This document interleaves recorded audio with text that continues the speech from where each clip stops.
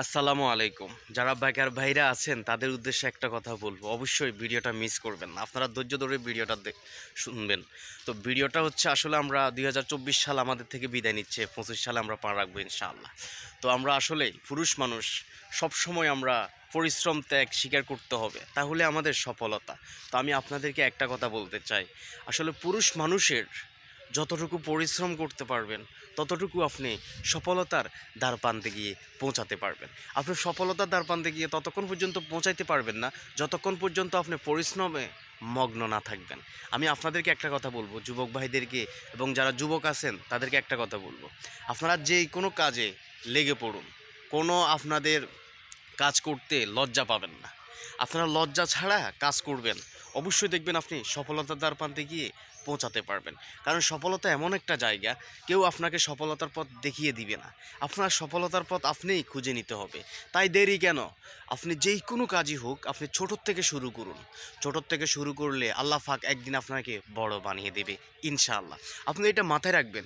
এখন অবস্থা আপনার খারাপ যাচ্ছে, আল্লাহ সুবহানাহু ওয়া তাআলা আপনার অবস্থা পরিবর্তন করতে সময় লাগবে না। তাই আমি আপনাদেরকে একটা কথা বলতে চাই, আপনার যে অবস্থানে আছেন সেই অবস্থান থেকে আপনি সফলতার দ্বারপ্রান্তে পৌঁছানোর জন্য পরিশ্রম এবং ত্যাগ স্বীকার করতে হবে। এবং আপনি এখন উঠতি বয়স, খেলাধুলা ঘোরাফেরা এটার থেকে একটু বিরত থাকবেন।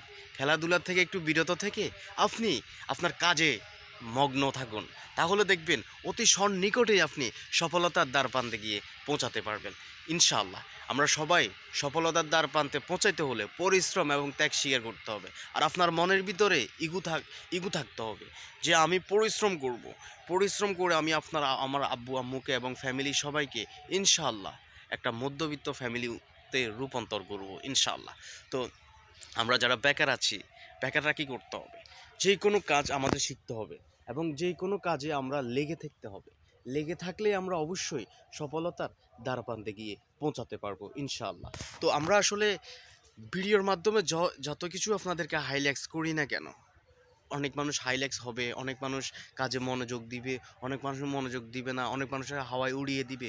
তবে আমি আপনাদেরকে একটা কথা বলতে চাই, আল্লাহ সুবহানাহু ওয়া তাআলা বলেছে, যেই ব্যক্তি নিজের পরিশ্রমে সন্তুষ্ট থাকবে এবং নিজের ধৈর্য ধরে পরিশ্রম করবে, আল্লাহ পাক কখনো তাকে নিরাশ করবে না এবং আল্লাহ সুবহানাহু ওয়া তাআলা তাকে আরও উপরে উঠিয়ে দেবে ইনশাআল্লাহ।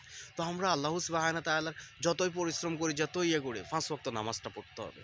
আমি আপনাকে একটা কথা বলবো, আপনার যত টাকা ইনকাম করেন কোনো বরকত থাকবে না যদি, কেননা আপনি যদি আল্লাহকে রাজি খুশি না করেন। তো আমি আপনাদেরকে একটা কথা বলতে চাই, চলার পথে আপনি যতই পরিশ্রম ত্যাগ স্বীকার করেন, মাঝে মধ্যে চেষ্টা করবেন যেন 5 ওয়াক্ত নামাজটা পড়ার জন্য। দেখবেন আপনি 5 ওয়াক্ত নামাজ পড়লে আল্লাহ সুবহানাহু ওয়া তাআলা আপনার সব কিছু সুন্দর করে দেবে ইনশাআল্লাহ। তো আজকের ভিডিও এতটুকুই। ভিডিওতে কোনো কিছু ইউজ করতেছি না, বাকি টোন টিউনও ইউজ করতেছি না, সবই কিছু আপনাদের ভালোবাসা। আপনারা ভালোবাসা দিলে ইনশাআল্লাহ আমি এগিয়ে যাব, আর ভালোবাসা না দিলে এগিয়ে যাব না। তো ইনশাআল্লাহ সবাই আমাকে ভালোবাসা দিয়ে পাশে রাখবেন। আমি আপনাদেরকে নতুন কিছু দেওয়ার চেষ্টা করব ইনশাআল্লাহ।